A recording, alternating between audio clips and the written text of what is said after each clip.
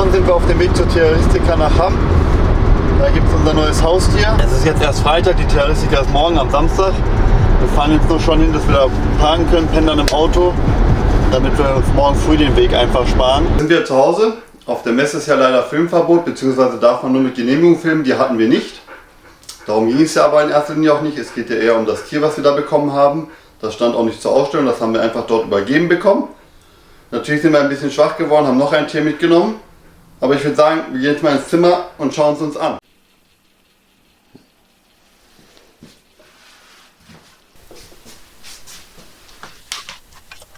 Mal schauen, das Tier ist vital, da es schon einige Zeit in der Wärme liegt.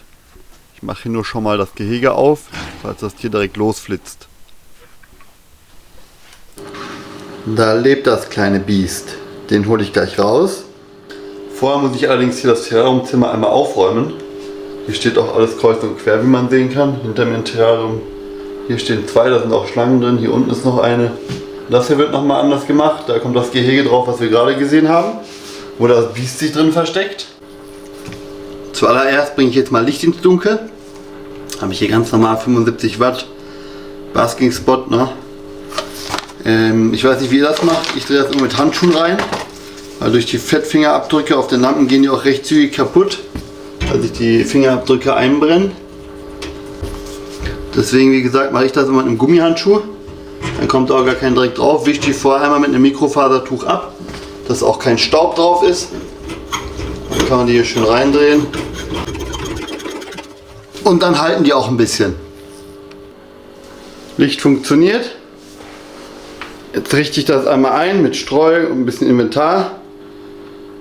Terrarium ist eingerichtet. Die kleine Boa wird jetzt gefüttert und danach zieht sie in das große Terrarium um.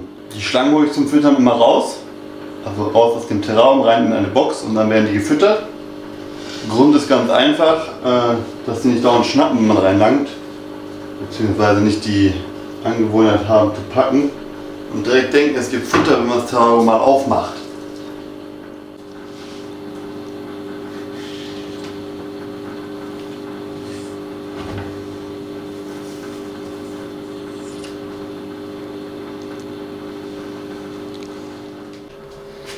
Ja, die frisst jetzt jeden zweiten, dritten Tag schon eine adulte Maus. Die ist ja schon etwas über ein Jahr.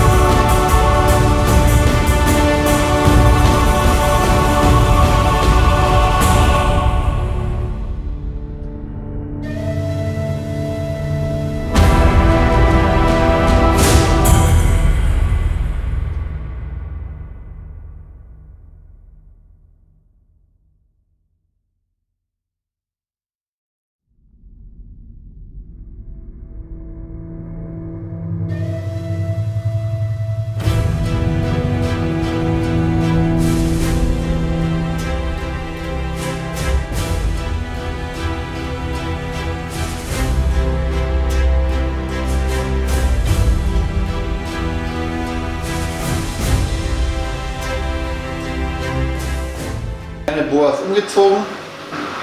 Jetzt bin ich überlegen, ob ich erst noch die Kornlatter mache. Dafür habe ich auch ein größeres Terrarium und auch ein schöneres Terrarium.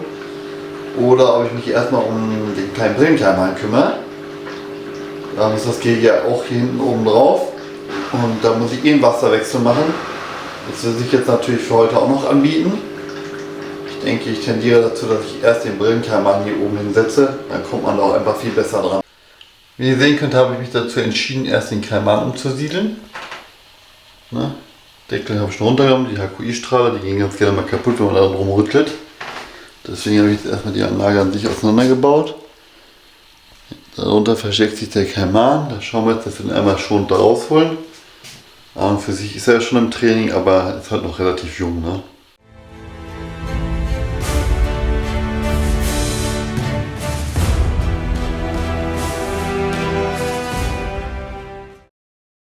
Die Anlage steht an ihrem neuen Platz.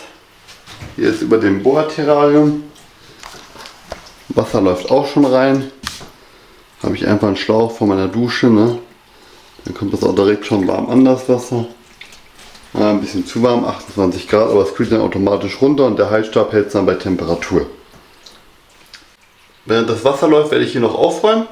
Dann geht es an den spannenden Teil, den Kalmar wieder ins Becken zu setzen. Da seht ihr dann auch nochmal richtig, dann zeige ich euch auch einmal vernünftig. So, wie versprochen, ich habe ihn jetzt einmal rausgeholt.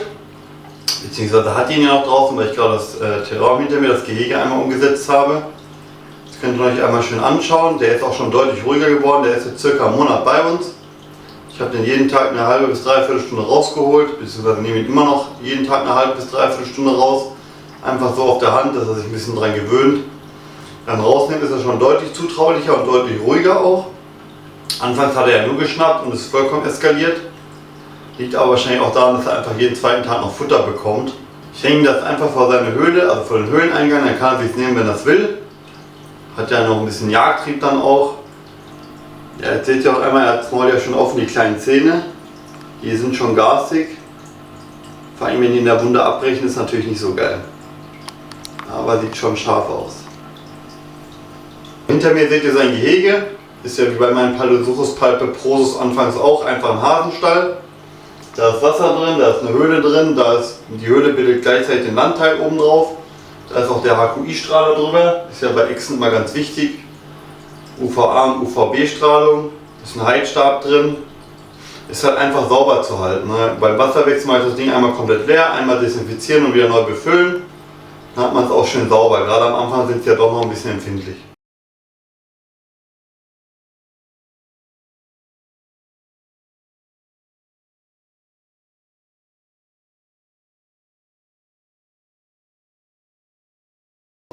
Ich zeige jetzt noch einmal, wie ich das mit den Mäusen mache, weil anfangs fressen die ja sowieso nicht so gut von der Pinzette. Die sind natürlich mit Mineral- bzw. Vitaminpulver bestäubt. Ist ja ganz wichtig bei Echsen, aber am Anfang Vitamin D und Calcium. Jetzt hängt die eine Maus natürlich ein bisschen schief.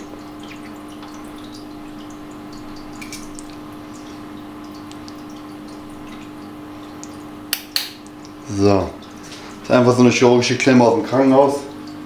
Baumelt das schon davor, jetzt kann er sich holen, wann er will.